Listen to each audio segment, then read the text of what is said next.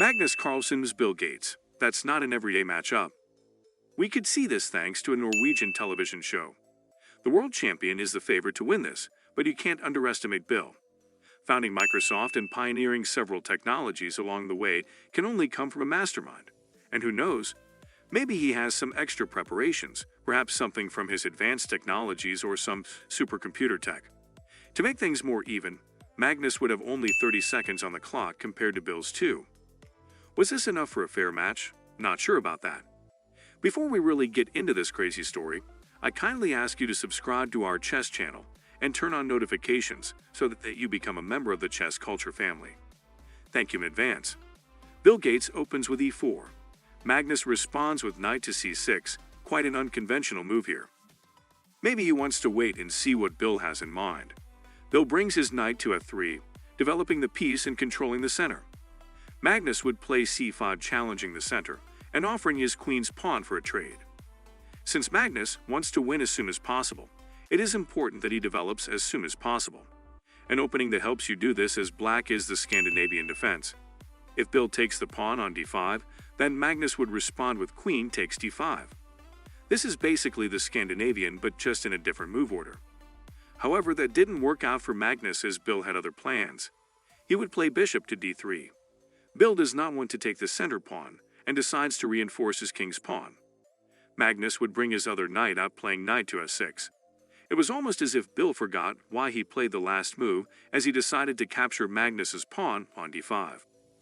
While chess players are taught to not bring out their most powerful piece early on in the game, Magnus decides to do exactly the same. As said before, Magnus wants to finish the game as fast as possible, and what else could be better than bringing the queen into action? Magnus capitalizes on this opportunity and recaptures the pawn on d5 with his queen. Bill had played bishop to d3 earlier on in the game to guard his center pawn, yet he decided to trade it off the very next move. This was the beginning of Bill's downfall, apart from dueling Carlsen, of course. What this move did is that it hindered his development as it blocked the route for the bishop and the queen. This doesn't affect him straight away, and the position is still equal. Bill plays knight to c3, both developing the knight and threatening the queen. The queen gets kicked off the center and moves to a5. Now, this may not seem like a great move for Magnus, but this is one of the moves that shifted the tides in his favor. From the opening moves, it was very obvious to Magnus that Bill is pretty much a beginner, and what are beginners often told? To castle. And just like Magnus expected, Bill would castle kingside, even with Magnus queen of large. Magnus wants to capitalize on this as soon as possible. Magnus would bring his light-squared bishop into the game by playing bishop to g4 and pinning the knight to the queen. Pins are often uncomfortable, especially for beginners, and Bill would play the move a3 to kick out Magnus' bishop. But this is exactly what Magnus wanted Bill to play. While the best move here is to move his bishop away, Magnus plays a shocking move, knight to e5.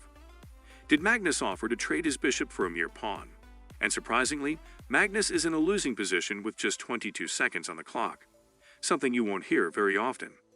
Bill was confused by the move, wondering why the world champion would sacrifice his bishop for a pawn.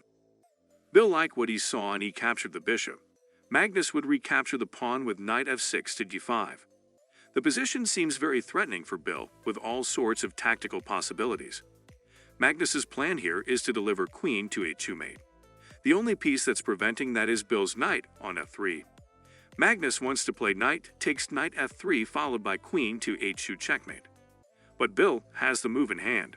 Surprisingly, the position is losing for Magnus, but it's only if Bill could find the right move. What Bill should do is create an escape route for his king by playing rook to e1.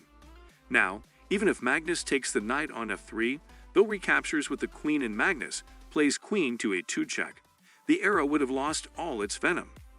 Bill can move to f1, and even if Magnus checks once again by playing queen to h1, Bill would find his way out through the f2 square. With a significant material advantage, Bill can launch his own attack and win the game. But as we know, this is not what happened. Bill would seal his own fate by playing knight takes knight e5, and Magnus would finish the match with queen to a2. The two would shake hands and share a couple of jokes as they moved on to the rest of the show. How do you think you would fare against Magnus Carlsen if you were in Bill Gates' position? Let us know what you think in the comments below, and don't forget to hit the subscribe button. Thanks in advance.